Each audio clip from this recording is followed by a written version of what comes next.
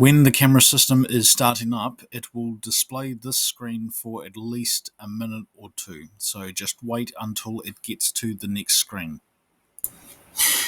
So when this screen appears, you then want to set all the settings to your respective country and also the date and time for daylight savings to occur. Since my country is New Zealand, this is what the settings look like for me. So obviously this will change depending on what country you're in. So once you're done here, you're then going to want to hit next to go to the next screen and continue the setup. So on this screen, you can read through all the terms and conditions if you want, but most of the time, if you just tick the box in the bottom left corner and go next onto the next screen, then that will be fine. So on this screen, you can then type in the password that you want as the main password for the camera system for when you are logging in to review footage or change settings or anything like that. So once you've done typing in the password twice, you can then choose a password hint if you want, but it's not something that you have to do. And you can also choose a password pattern to unlock the system as well, which again is not a thing that you have to do, but can be nice to have. If you do decide to use a unlock pattern, then this is the next screen that will appear. You will need to choose a pattern that goes through at least 4 of these points. So on this screen, it asks for a reserved email, which is basically an email address to send important details and recovery methods and whatnot to.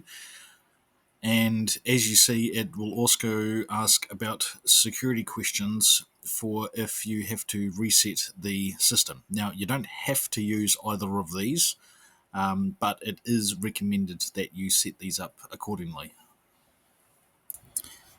Next up is the network settings.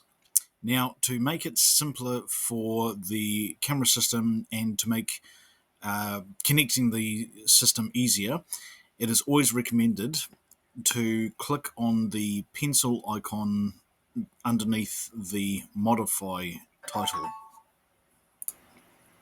This screen will then come up and you will want to turn on the DHCP setting. This will basically make it so that the recorder automatically gets a internet signal and internet details rather than having to type them in manually. So once you've done that, then as you see, the DHCP setting on the first screen will automatically be turned on, and this will enable the recorder to connect to the internet. So on this screen, the serial number of the recorder is listed.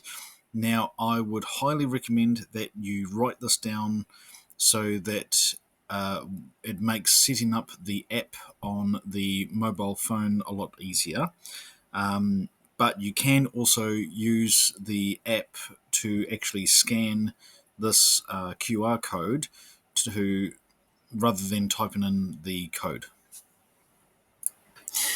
So next up will be the cameras themselves. Now, don't worry too much if up on the top half you see that there's some things with a tick and some things with a cross, as long as on the bottom half there is exactly the number of cameras that you have fitted that have got a tick beside them. So in the case of this system, I have 4 cameras fitted, so there is 4 cameras that are appeared that have a tick beside each one, so 4 ticks. So It's all good. So if you have 3 cameras, then you're looking for 3 cameras listed on the bottom with 3 ticks. Same thing with if you have 6 cameras installed, then you want 6 cameras listed on the bottom with 6 ticks. And so finally, after all that is done, you should have all your cameras showing on the screen. So in this case, I have 4 cameras fitted. So as you can see, there is 4 cameras on the screen. So